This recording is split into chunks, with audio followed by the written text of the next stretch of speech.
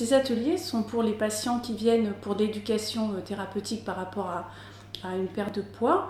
Ils sont là la semaine du lundi au vendredi. Ils ont des cours théoriques sur les glucides, les lipides et les protides. Et sur leur demande, ils nous ont donc dit qu'ils aimeraient mettre en pratique, c'est-à-dire faire un atelier culinaire.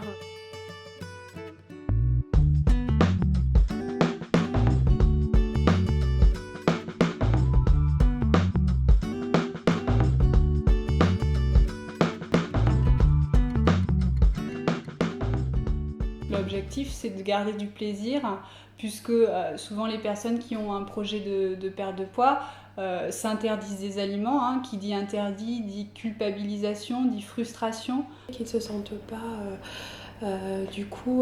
mis à l'écart dans la vie sociale parce que limiter la consommation de sucre et limiter la consommation de graisse, ils ont besoin de savoir en quoi ça consiste de façon très pratique.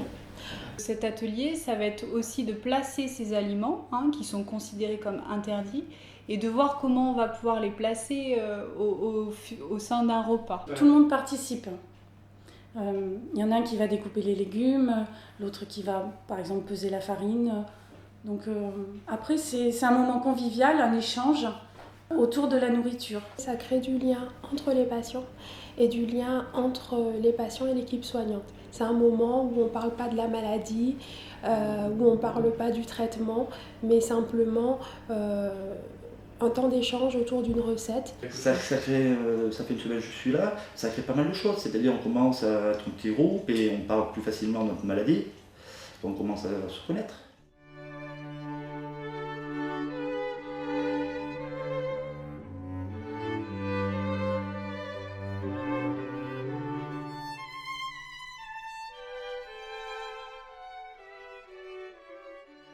Et puis il y a des patients qui ne savent pas forcément faire à manger, donc ça leur permet un petit peu en groupe comme ça de découvrir les groupes alimentaires, comment les associer de façon simple. Ça nous apprend des choses, oui, tout à fait.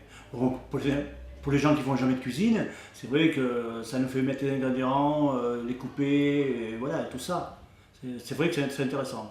On a effectivement des patients qui nous disent mais j'aime pas cuisiner ou j'ai pas le temps. C'est souvent les deux excuses qu'on a et au final ils se rendent compte qu'il y a moyen de faire simple, bon et rapidement. Ils vont apprendre des choses et ça va leur donner le goût de préparer et d'anticiper peut-être le repas, de se dire je vais pas ouvrir le frigo et qu'est-ce que je mange, de penser à ce qu'ils vont manger. On n'est pas dans un objectif de calories, puisqu'on ne va pas demander aux personnes de calculer l'apport calorique qu'ils vont manger. On n'est pas sur ça, on travaille plus ici sur les sensations alimentaires, sensation de faim, sensation de satiété, le fait d'être rassasié. C'est assez agréable parce que quand on est avec des personnes qui sont justement dans notre cas et tout, on échange beaucoup et c'est très très convivial. Oui, chacun a ses problèmes et puis on en discute, on est bien, quoi. C'est vraiment une détente. Ouais. Ils ont besoin, je crois, de se retrouver. C'est vrai que le fait de préparer l'atelier ensemble et le fait qu'ils le dégustent ensuite ensemble, c'est important pour eux, plutôt que de manger tout seul dans sa chambre, de se retrouver face à son plateau. Ouais. On a bien travaillé.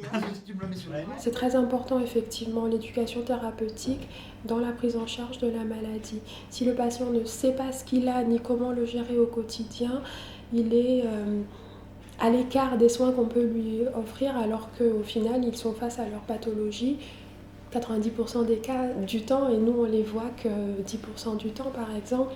Donc c'est important qu'ils sachent gérer au quotidien eux-mêmes.